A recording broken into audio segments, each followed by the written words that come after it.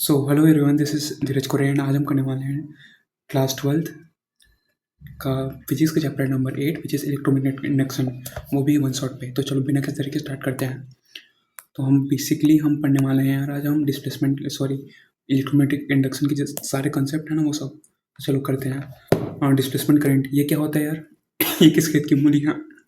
तो जब एक कैपेसिटर एक डिवाइस होता है, इस चार्जिंग जब एक चार्जिंग या फिर डिस्चार्जिंग हो रहा होता है तो current flows in the circuit. However तो करंट फ्लो होता है। However there is no actual charge transfer in the insulated region. हालांकि कोई एक्चुअल चार्ज ट्रांसफर तो नहीं होता।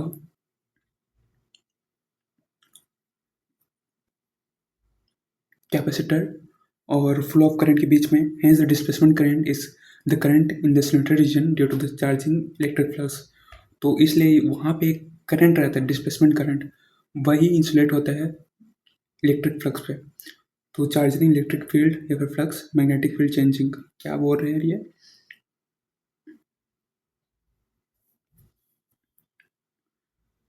जब कैपेसिटर पे चार्ज हो रहा होता है तो एक नया करंट जन्म ले लेता है, basically displacement current. Total current in the circuit IC होगा, नॉर्मल करंट, साथ ही आईडी, विच इज तो ID is equal to ID is equal to E not into D five upon D T. Total current IC plus E not plus D five into D T upon D T. Maxwell equation. Maxwell found that all the basic principles can be formed in terms of four fundamental equations called Maxwell's equation, assuming that there is no dielectric material. उसके बाद आया हमारा Maxwell equation. Maxwell found that all the basic principles can be formulated in terms of four fundamental equations called Maxwell equation, assuming that there is no dielectric material. तो Maxwell ने चार basic principle दिए जिसे जिसे हम कहते हैं Maxwell equation, assume कि वहाँ पे कोई डायलेक्ट्रिक मटेरियल ना हो। पहला है Gauss law of electrostatics. This law states that electric flux through a closed surface is 1 upon epsilon naught times net charge enclosed inside it. मतलब इसमें क्या बोल रहा है कि जो इलेक्ट्रिक फ्लक्स है वो 1 अपॉन एप्सिलॉन नॉट है। किसी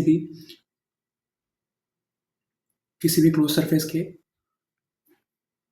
electric flux 1 upon net charge enclose to it. किसकी 1 upon epsilon not? Net charge. मान लो इसका चार्ज फलाना ढगाना 10 है तो उसका 1/एप्सिलॉन नॉट टाइम्स है क्लोज सरफेस के अंदर।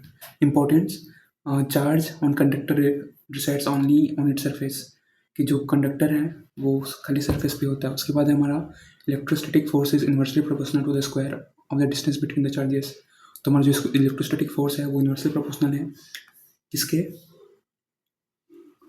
स्क्वायर डिस्टेंस के, मतलब आर के स्क्वायर, जो हमें पता है ना formula K Q upon R square, उसके। इलेक्ट्रिक मोनोपोल्स इस यहाँ पे पॉसिबल है। उसके बाद है Gauss law of magnetism. According to this law, magnetic flux through any close surface is always zero. ये लोग क्या कहते हैं कि जो मैग्नेटिक फ्लक्स है किसी भी क्लोज सरफेस पे वो हमसे जीरो होते हैं। इंपॉर्टेंस क्या है? मैग्नेटिक मोनोपोल्स एग्जिस्ट नहीं करते हैं। उसके बाद है हमारा Faraday's law of electromagnetic induction. This law tells that changing magnetic field induces an electric field. ये लॉ बताता है कि जो चेंजिंग मैग्नेटिक फील्ड है वो इलेक्ट्रिक फील्ड इंड्यूस करता है। अकॉर्डिंग टू दिस लॉ के अकॉर्डिंग जो इंड्यूस ईएमएफ है क्लोज सर्किट के, वो किसके बराबर है? Rate of change of magnetic flux link with the close circuit of electromagnetic induction. मतलब यार, मान लो कोई सर्किट है, उसके अंदर हम मैग्नेटिक फील्ड घुमाएं वगैरह वगैरह करें तो करंट जनरेट होता है। ये लोग क्या कह रहे हैं, मतलब कोई क्लोज सरफेस पे अगर हम मैग्नेटिक फील्ड चेंज करें तो करंट पैदा होता है भाई।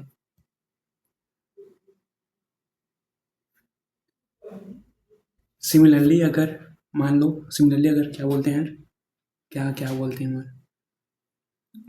हाँ, किसी किसी जस्ट इसका उल्टा भी तो हो सकता है ना।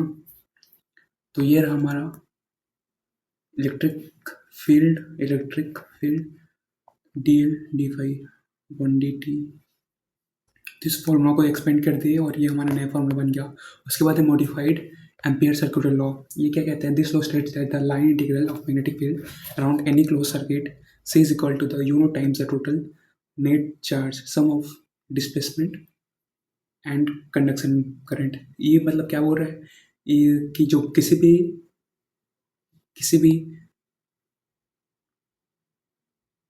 भी क्लोज सर्किट के अराउंड जो मैग्नेटिक फील्ड है वो किसके बराबर है? यूनिट टाइम्स टोटल चार्ज के। ये लॉ कहता है एम्पियर सर्कुलर लॉ कि जो मैग्नेटिक फील्ड किसी भी क्लोज सर्किट के अराउंड वो यूनिट टाइम्स नेट चार्ज है, मतलब सारे करंट। इसे हम कहते हैं मॉडिफाइड सर्कुलर लॉ। उसके बाद electromagnetic waves are those waves that do not require any medium to propagate, they can travel in any vacuum. Electromagnetic waves वो वेव्स होते हैं जो किसी मीडियम की जरूरत नहीं पड़ता, ये किसी कहीं भी ट्रैवल कर सकते हैं। Properties of electromagnetic wave. कौन कौन से इसके properties? Electromagnetic waves are chargeless, hence they do not get deflected by electric field and magnetic field. Electromagnetic waves chargeless होते हैं और ये डिफ्लेक्ट नहीं होते इलेक्ट्रिक फील्ड या फिर मैग्नेटिक फील्ड से। उसके बाद है they move with speed of light in vacuum. ये स्पीड ऑफ लाइट की वजह से चलते हैं। Electromagnetic waves are transverse in nature, मतलब आड़ा कर लेते हैं। उसके बाद है electromagnetic waves carry energy and momentum. ये एनर्जी और मोमेंटम कैरी आउट करते हैं, मतलब दोनों साथ साथ लेके चलते हैं भाई, बहुत खतरनाक है। और इसका स्पीड कैसे निकालेंगे? C is equal to under root unit upon epsilon not. और एप्सिलॉन नॉट को हम क्या यार मीडियम में यू आर भी होता है। उसके बाद है टोटल 7 टिप्स के होते हैं। गाड़ी XUV in my range. Trick है गाड़ी XUV in my range. Gamma ray highest frequency होता है, हाईएस्ट पेनिट्रेशन पावर रहता है और इसका वेवलेंथ सबसे छोटा होता है। उसके बाद X rays, UV rays, visible rays, infrared, microwave, radio waves. उसके बाद लोएस्ट फ्रिक्वेंसी रेडियो वेव्स का रहता है, सबसे कम पेनिट्रेशन पावर रहता है। और फ्रिक्वेंसी और अप डाउन, मतलब ये अलॉन्ग अप साइड ना बढ़ रहा है और डाउन साइड गिर रहा है वेवलेंथ, मतलब वेवलेंथ नीचे बढ़ रहा है, फ्रिक्वेंसी ऊपर बढ़ रहा है। जस्ट इसका अपोजिट कि फ्रिक्वेंसी नीचे डिक्रीज हो रहा है, ऊपर बढ़ रहा है, वेवलेंथ नीचे इंक्रीज हो रहा है, ऊपर घट रहा है। मतलब ये गामा रेस ये कैसे बनता है? रेडियो एक्टिव डीके से बनता है, ट्रीटमेंट ऑफ कैंसर सेल में बनता है, मतलब काम आता है। और इसका एयरक्राफ्ट इंजन में डिटेक्ट करने के लिए मदद करता है। ये क्रैक डिटेक्ट करने में मदद करता है एयरक्राफ्ट में। और न्यूक्लियर स्ट्रक्चर से चेक करने के लिए गामा रेस यूज किया जाता है। Production on bombarding fast moving electron on heavy material. और इसका मतलब पता कैसे करते हैं और कहाँ पे काम आता है? न्यूक्लियर स्ट्रक्चर पढ़ने के लिए। उसके बाद X-ray on bombarding fast moving electron on heavy material. ये तब बनता है जब फास्ट मूविंग इलेक्ट्रॉन को हैवी मेटल पे बम्बार्ड किया जाता है। ये कब काम आता है? फ्रैक्चर, बोन्स के फ्रैक्चर को पता करने के लिए और मेटल डिटेक्टर के लिए। उसके बाद है अल्ट्रावायलेट रे। ये सन से बनता है, यूवी रे, बल्ब एक्सेट्रा से बन सकता है। Uses to kill germs, fingerprint sensor और प्रेशर प्रिजर्व फूड, खाना को बचाने के लिए। उसके बाद है विजिबल रे। ये किस कहाँ पे आता है? इसका प्रोडक्शन सोर्स क्या है? सन। इट गिव्स विजन सेंसेशन, ये विजन सेंसेशन देता है। उसके बाद इंफ्रारेड रे source, hot bodies, hot molecules. और इन थर्मल इमेजिनिंग मतलब थर्मली इमेजिन करने के लिए नहीं यार, थर्मली किसी चीज़ को देखने के लिए, हीट, टेम्परेचर। जैसे कि स्नेक लोग देखते हैं ना कि जो इंसान लोग थोड़ा गर्म रहते हैं इसलिए हम लोग रेड रेड दिखते हैं। To give signals in fog, signals देने के लिए फॉग में। It use in treating muscular pain ठीक करने के लिए इसका यूज़ किया जाता है। और टीवी रिमोट में भी इंफ्रारेड होता है। उसके बाद है microwave magnetron wave in radar system because it does not get diffracted easily by obstruction. उससे बनता है रडार सिस्टम पे, सॉरी इसका प्रोडक्शन है मैग्नेट्रॉन वॉल्व पे बनता है। और रडार सिस्टम पे क्योंकि ईजिली डिफ्रैक्ट नहीं होता। और हीट और कहाँ कहाँ पे यूज़ होता है इसका, फूड को गर्म करने के लिए। उसके बाद radio wave by LC oscillation, LC oscillation insulator का ऑसिलेशन, और रेडियो में काम आता है, साथ ही टेलीविजन सिग्नल में भी काम आता है। इलेक्ट्रोमैग्नेटिक वेव, इलेक्ट्रिक फील्ड और मैग्नेटिक फील्ड वेरी करता है। Changing electric field, changing magnetic field दोनों एक साथ चेंज होते हैं। कुछ क्वेश्चंस हैं, और ये एब्जॉर्बिंग एनर्जी यू अपन से,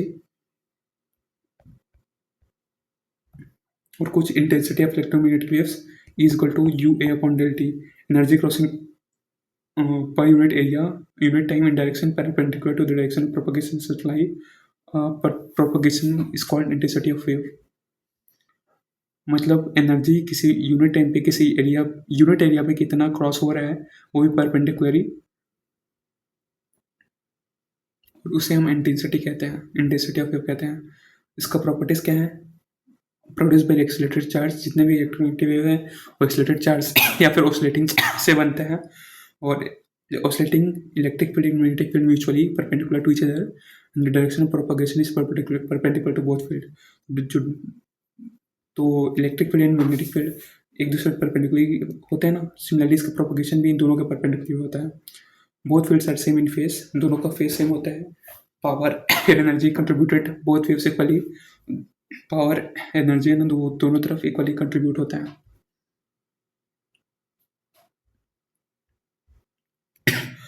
उसके बाद है electromagnetic waves are not deflected in electric and magnetic, electromagnetic waves easily deflect नहीं होते इलेक्ट्रिक एंड मैग्नेटिक फील्ड में।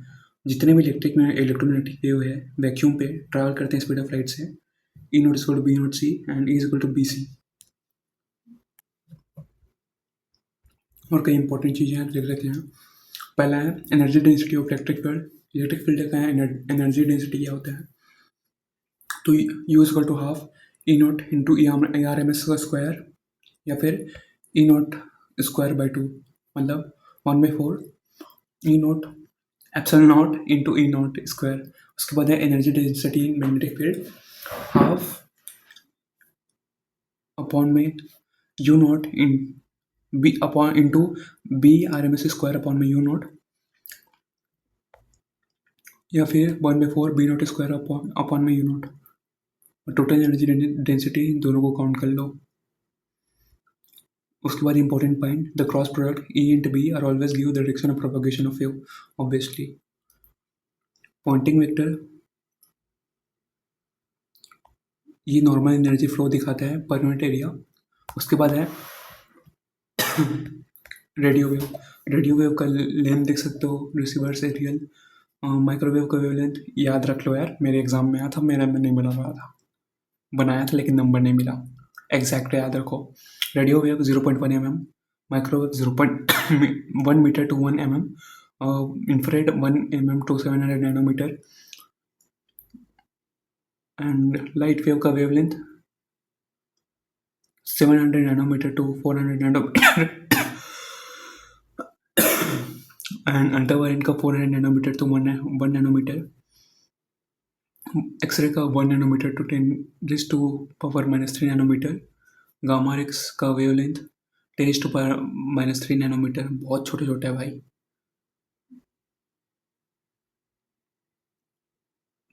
और ये सब भी चीज़ याद रखना। तो चलो मिलते हैं अगले वीडियो।